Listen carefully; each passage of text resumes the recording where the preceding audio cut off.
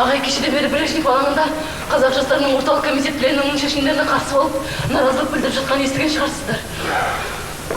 Естіген? Құлақ керең немесе мылқау адам болмаса, оны естімеден жоқ болар бүгінде. Ендеше біз сол демонстранттардың біріміз жаңа өрттендіргіш машиналардан су шашып, бәрімізді алаңнан қуды. Қолдарына түскенден тұтқындап түрмеге жауып жатыр, аға. Біз тебе салт жасалаш. Осы араға не ұзып бәді, аға. Әзер қашып тұрдық. Әйтеуір сіздің пәтердің есік ашық тұрған, аға. Ашық болсам, ашық тұрған шығар. Әлде осы үйдің кемпірі ана қоқыс шығаруға шығып кеткен. Аға, бізді қуып шыға көрмеңізші. Жаңағы жазалаушылар бізді ұстап алса құртады, аға.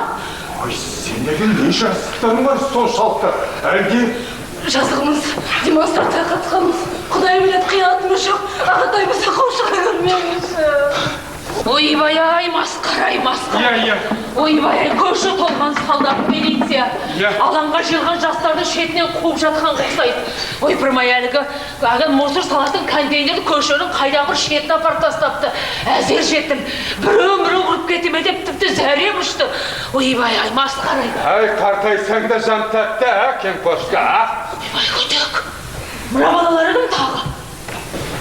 Әй, бұл әлгі сен көрген жаралғыштардың қашып жүрген көрген демонстранттар ана алаңнан қашып шығыпты. Ойбай-ай, қашып шықса, бізде несі бар, үйлеріне бармай ма? Сол үйлеріне жете алмаған соң осында келіп тығылып отырған жоқ па? Әлде бізге тамағын асырау үшін келіп отыр деп дедің? Кім саған тамақ асырау үшін келіп деп отырған? Мен ештеңе білмеймін. Бір рет халық жауының семьясына таңғарым жетер бұл өміріме. Енді қартайған шағымда тағы да түрме жағалап жүрер жайым жоқ. Ай, Қырғызстанды қапылдырған не тұра тұршы? Әуелістің мәніне түсініп алсаңшы жазған-ау. Ай, шал, мен сендермен ойнап тұрғам жоқпын, айттым ғой. Екінші рет халық жауының семьясына атанар жайым жоқ деп. Ана балалар үйлеріне қайтсын. Мен ештеңе білмеймін, айтпа ондай маған ондай.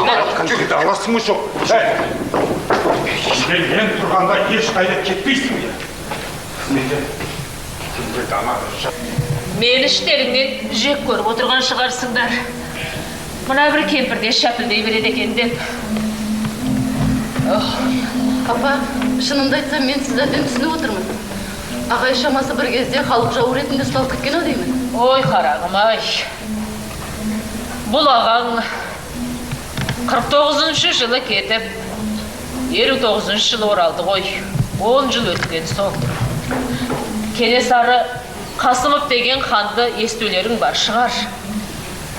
Бұл ағаң сол кісіні ұлт азаттық көтерілісінің батыры деп еңбек жазған адам. Бұрынғы мамандығы тарихшы еді ғой. Ал басқа дөкей тарихшылар бұл байғұсты жиі бірдей кеп таласын кеп, ұлтшылсың деді ме, байшылсың деді ме, әйтеуір ағаш атқа теріс мінгізіп, соттатып тынды ғой. 3 шиттей баламен жылап еңіреп мен қалдым. Әйтеуір, Құдай көз жасымды көрген шығар. 10 жыл өткен соң оралды ғой аман есен. Әйтпесе, қаншама қазақтың арыстары сонау Сібірдің құрт құмырсқасында жем болып қалды ғой. Да, мне интересно узнать. Вот я понимаю, что они против правительства, да? Ужас какой. Да-да. Да, Мария Петровна. Тамаққа тойған соң құтырап тағуың шын селіктіктер!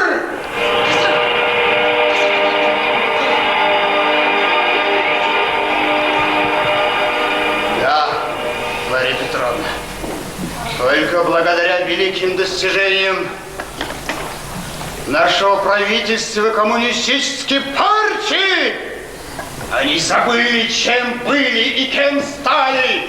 Лучше бы оглянулись бы по сторонам. Жиру весь бесится.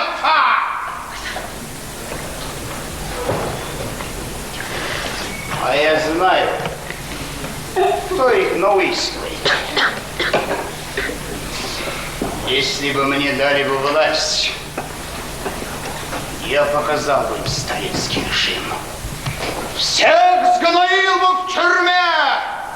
Пусть знает, как надо противостоять политике нашей партии и великой правительства. Не слишком ли жесток? Нет, нет, Марья Петровна.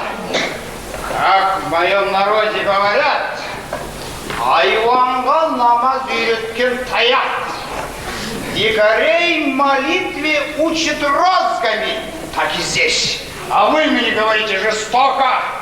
Так что я именно. Эх, было бы.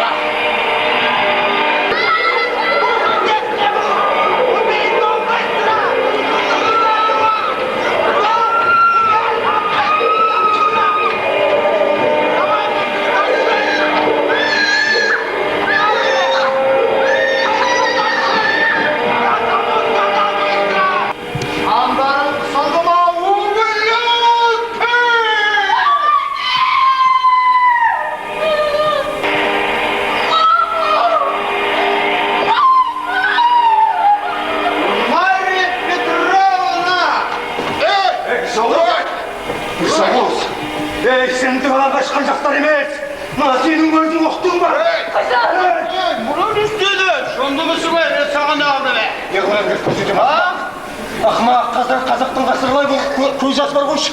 Сен де сатқындардың ойында ұқтың ба? Бізді ұтқан жоңғарда Қытайда орыс емес. Мына сендерсіңдер. Сендерді ұтпайынша қазақтың сорына арылмағаны. Сондықтан қазір жатқын мен сені қазір өлтірейін. Байқай, жібері. Қайсар! Қайсар, жібер деймін, қойыңыз, Қайсар! Кет деймін ара! Қайсар! Оның көзін құлағым бар, Қайсар! Кет деймін ара! Өзім өлтірем, өзім жауап берем, онда сенің жұмысың болмасын.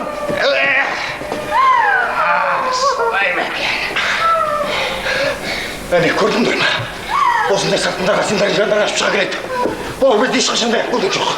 Олар керек десең ертең де, ал ол күнде керек десең 100 жылдан кейін де сата береді. Сондықтан да бұндай сатқындарды өлтіру керек. Өлтіру керек, бұл аяқым бар. Өлтіру керек! Ақымақ! Қайсар, кешірім сұрап жатыр ғой сені!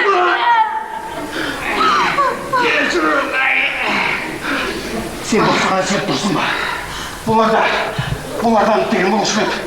Қазір бұлай шыққан соң бәрін ұмытады. Болыңыз енді, болыңыз.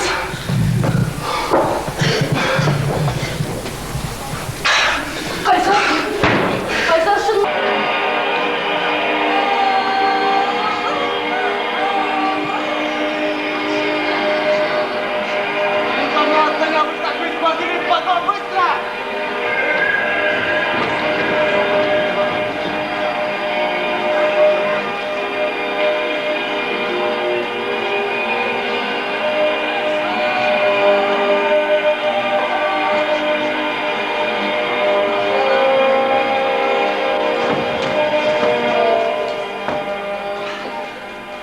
Қинамайды. Абақтыға шапқаны, қиын емес тарқасқаны. Маған ауыр осылардың бірінен өз ауылымның иттіріп тапқаны.